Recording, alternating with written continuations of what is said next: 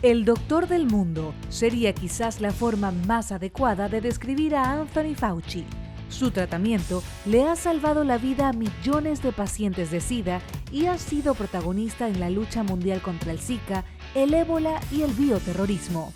En esta edición especial de Efecto Naim, tenemos el honor de conversar con una de las pocas personas que ha cambiado el rumbo de la humanidad.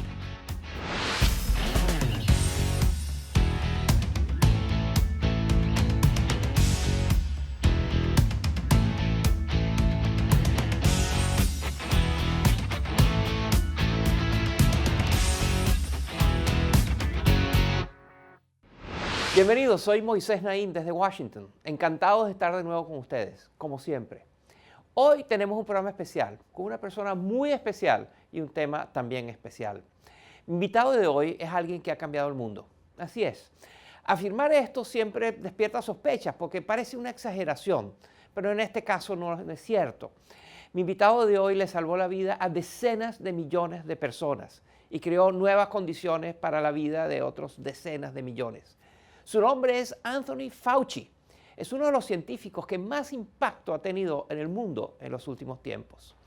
Desde hace 34 años, el doctor Fauci es el jefe, el director del Instituto Nacional de Alergias y Enfermedades Infecciosas de Estados Unidos. Detrás de este burocrático título hay una realidad muy concreta y muy humana.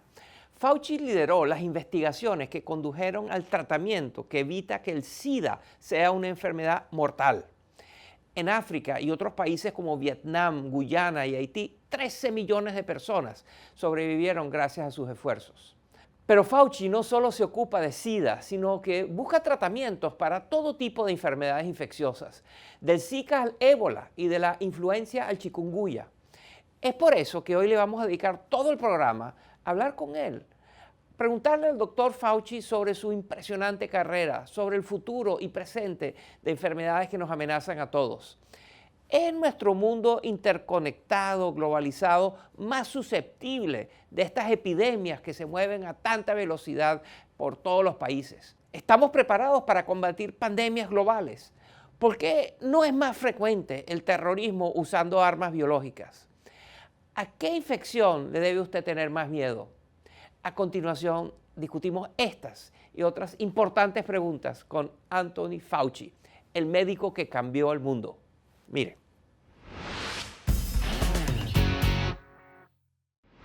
¿Cómo se convirtió usted en la persona que es hoy en día? Pues cuando comencé mi carrera no imaginaba que terminaría donde estoy hoy. Yo soy un médico, entrenado en medicina clínica, pero tuve la oportunidad de hacer una pasantía en el Instituto Nacional de Salud, estudiando enfermedades infecciosas e inmunología, y ahí me di cuenta que me gustaba la investigación y que era muy bueno para eso. Luego, en 1981, ocurrió algo que me impactó mucho. Se dieron los primeros casos de lo que resultó ser el SIDA. En ese entonces, era un pequeño grupo de pacientes en California y Nueva York.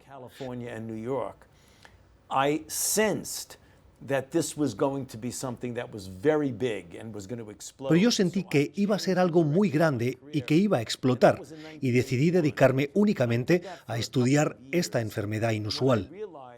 En 1984, aunque era muy joven, me ofrecieron el puesto de director del Instituto Nacional de Alergias y Enfermedades Infecciosas dentro del Instituto Nacional de Salud. Sabía que desde allí podría tener un impacto global en las políticas para combatir enfermedades infecciosas.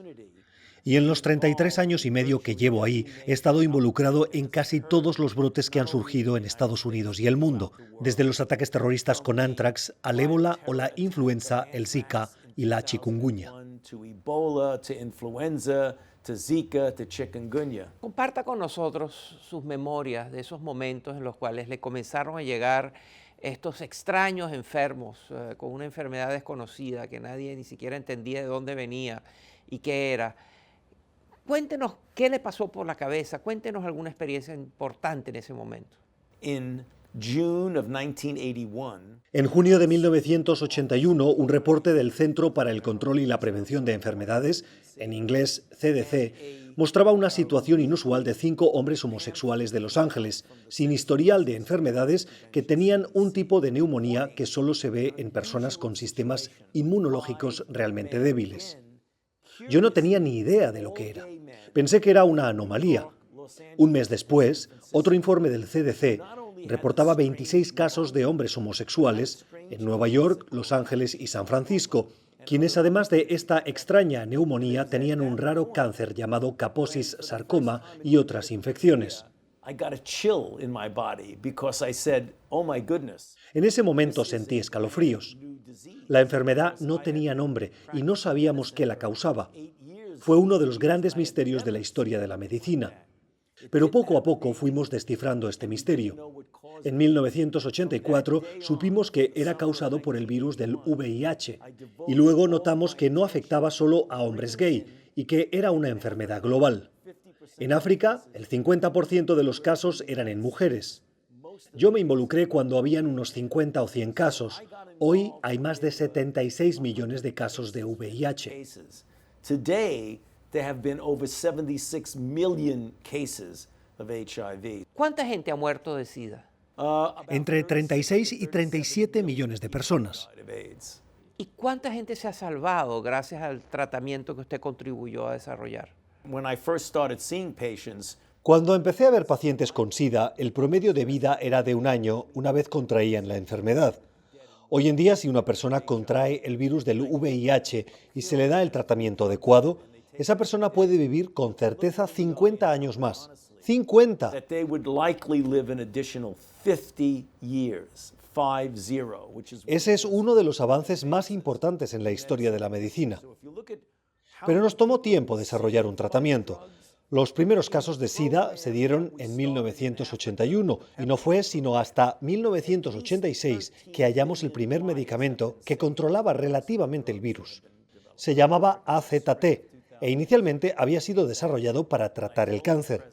Luego nos dimos cuenta que un medicamento no sería suficiente y fue en 1996 que desarrollamos la primera combinación de 3 fármacos que podían controlar el virus. Cuando ya habíamos desarrollado un tratamiento viable para el VIH, el entonces presidente George W. Bush me pidió que fuera a África para iniciar un programa masivo de prevención, tratamiento y cuidado de personas con el virus.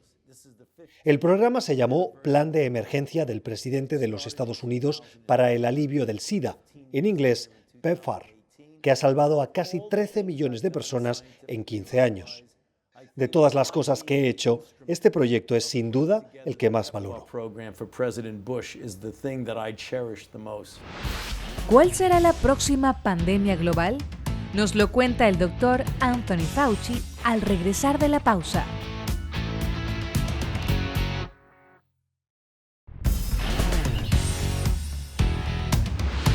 Seguimos conversando con el doctor Anthony Fauci sobre los principales riesgos de la salud global en esta edición especial de Efecto Naim. Usted no solo se involucró en la investigación científica para buscar un tratamiento para el SIDA, usted también participó en la política. Y en ese sentido es reconocido por haberse involucrado con la comunidad de hombres homosexuales, que en ese momento eran las principales víctimas del SIDA. Y tuvo que enfrentar momentos muy difíciles donde había actitudes homofóbicas, donde se creía que era simplemente la penalidad por la homosexualidad, y usted sabía que eso no era así. Comparta con nosotros algunos momentos de eso. No había comunicación con la comunidad homosexual sobre cómo hacíamos nuestros ensayos clínicos y la ciencia detrás de ellos. La comunidad gay quería ser parte del diálogo, pero nadie les prestaba atención. Y reaccionaron atacando a los científicos y a los reguladores. Esto hizo que la comunidad científica se sintiera intimidada por la comunidad gay.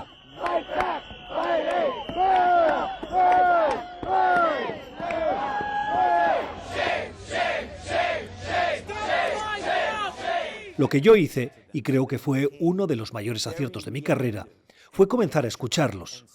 Y lo que decían era completamente lógico. Ellos veían cómo el SIDA estaba afectando a su comunidad y querían influir en cómo se diseñaban los ensayos de los medicamentos y presionar para que se invirtieran más recursos en investigación. Y mientras tanto, una epidemia que se creía que era muy localizada en ciudades como San Francisco, Nueva York, Los Ángeles, se globalizó y empezó a aparecer el SIDA en América Latina, en África, en Asia. Era una pandemia global. Es una de las pandemias globales más importantes de la historia. Entre las principales pandemias que han afectado a la humanidad están la peste bubónica en el siglo XIV, la viruela, el sarampión, el polio y el VIH-Sida. Todas se extendieron rápidamente y fueron realmente mortales. Eso es lo fundamental, la cantidad de gente que mataron. ¿Cuál será la próxima pandemia global? ¿Cuál es una enfermedad que, en su opinión, puede llegar a transformarse en una pandemia? Me preocupa una posible pandemia de influenza como la llamada gripe española que ocurrió en 1918. Esa pandemia mató entre 50 y 100 millones de personas.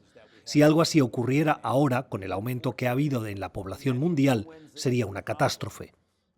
En aquel entonces, la capacidad del virus de atacar el pulmón y otros órganos lo hacía altamente letal. Y al ser un virus completamente nuevo, no había antecedentes para combatirlo. Hoy, sin embargo, casi todos hemos estado expuestos a alguna cepa de la influenza, y eso dificulta que se desate una pandemia. Pero cuando emerja un nuevo tipo de influenza, de la que no hay antecedentes, puede ocurrir una catástrofe como la de 1918. Las pandemias que usted estudia científicamente también son motivo de mucho interés por parte de Hollywood. Hay una cantidad de películas que muestran las pandemias. Cuéntenos, ¿cuál es la diferencia entre las pandemias que vemos en el cine y las que usted ha visto en la realidad?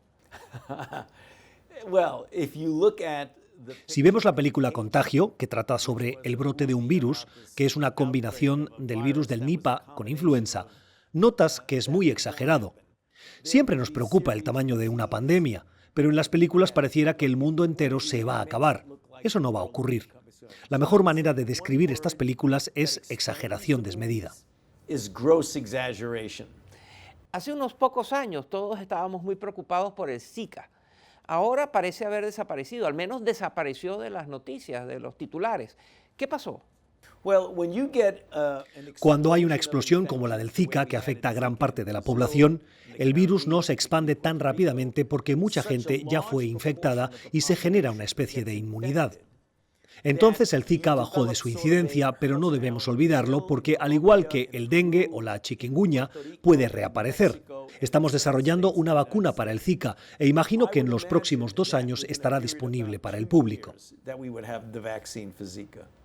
Otra infección que ha llamado la atención y que preocupa a los investigadores es el ébola. Háblenos de eso. El ébola es una enfermedad muy temida por diversas razones.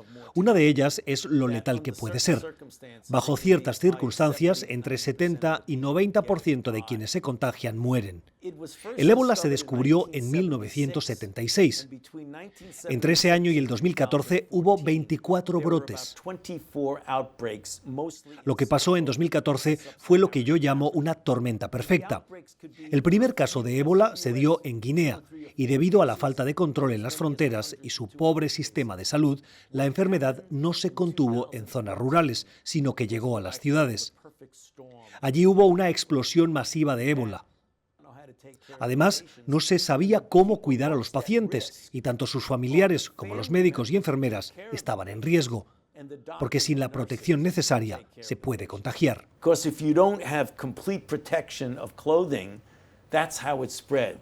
¿A usted qué le preocupa más?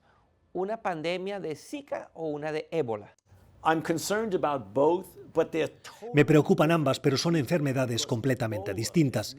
El ébola generó mucho temor en Estados Unidos por el contagio de 2 enfermeras en Texas. Confirma el primer caso de ébola dentro de los Estados Unidos. Autoridades confirman que un paciente ingresado en un hospital de Dallas está contagiado con el virus del ébola. La enfermera Nina Pham, que contrajo el ébola en Dallas, fue declarada libre de la enfermedad y abandonó el hospital esta mañana. Pero si el paciente se trata tomando las las precauciones adecuadas, es muy difícil que haya un brote de ébola porque es una enfermedad que se transmite por contagio cercano a través de los fluidos del cuerpo de alguien que está muy enfermo. El Zika, en cambio, se puede expandir más fácilmente porque hay mosquitos en todas partes. Ese es el problema. Can spread because there's mosquitoes everywhere. That's the problem. ¿Qué rol está jugando el bioterrorismo en los conflictos globales? Al regresar de la pausa, el doctor Anthony Fauci nos responde.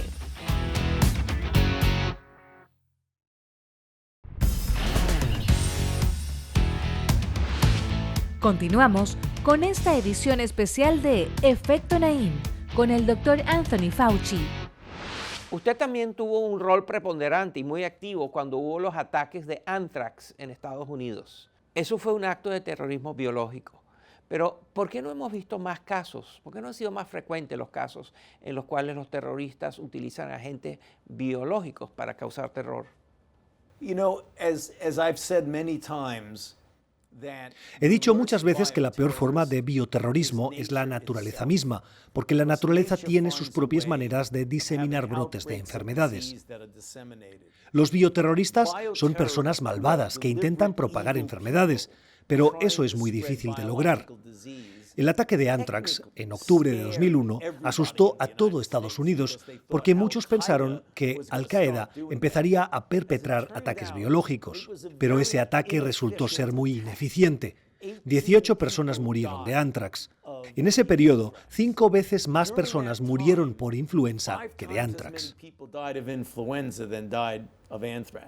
Pero ahora hay una nueva fuente de preocupación, que es la diseminación accidental de cultivos, de virus, de amenazas biológicas que salen accidentalmente de un laboratorio e infectan a la humanidad.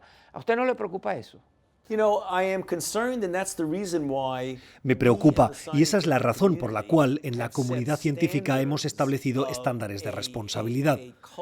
Nuestros científicos deben tener una muy buena razón para trabajar con agentes que podrían accidentalmente causar un problema. Deben estar muy bien entrenados y deben trabajar en un ambiente protegido. Hay muchos que creen que en el mundo hoy en día hay más alergias. ¿Pero eso es cierto estadísticamente o es simplemente una impresión anecdótica? Claramente, ahora hay más alergias y hay dos hipótesis para explicarlo. Una es la hipótesis higiénica, que argumenta que los avances en la sociedad han permitido que los niños ya no estén tan expuestos al polvo y la suciedad. Entonces, como su sistema inmune no se enfrentó mucho a las alergias, no se desarrolló más. Pero lo más probable es que el aumento de alergias tenga que ver con nuestro uso de antibióticos, que ha aumentado en los últimos 40 años porque antes no los teníamos. Con los antibióticos se modifican los microbios que tenemos en nuestro cuerpo y eso detiene la habilidad de responder inmunológicamente a las alergias. Entonces, según esta teoría, el uso de antibióticos nos hace susceptibles a las alergias.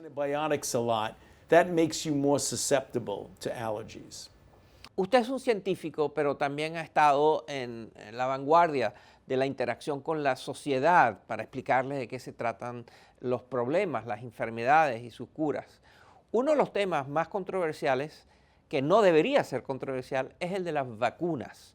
Hay gente que cree que las vacunas hacen daño. ¿Usted qué piensa? Well, first of all, the only way to counter that.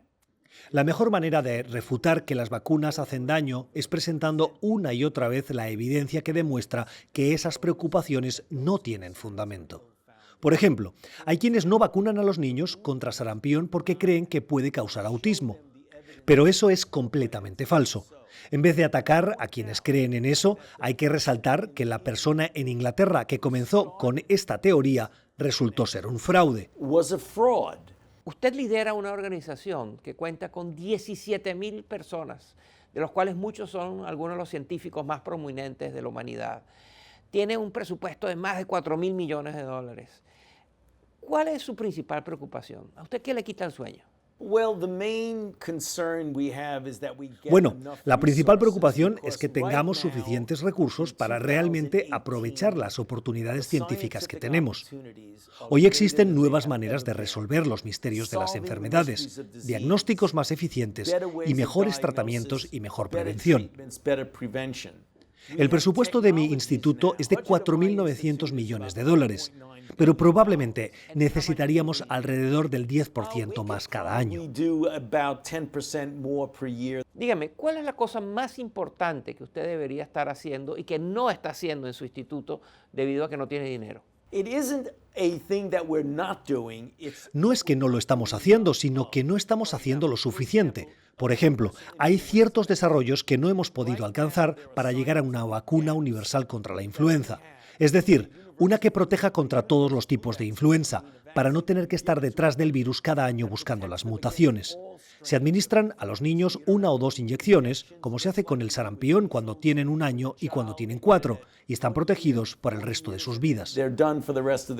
Mucha gente que nos está viendo puede sentirse muy entusiasmada por su carrera, por su trayectoria, por el impacto que usted ha tenido sobre la humanidad. Alguien que quisiera tener una carrera parecida a la suya, ¿qué debería hacer? ¿Cuál es su consejo?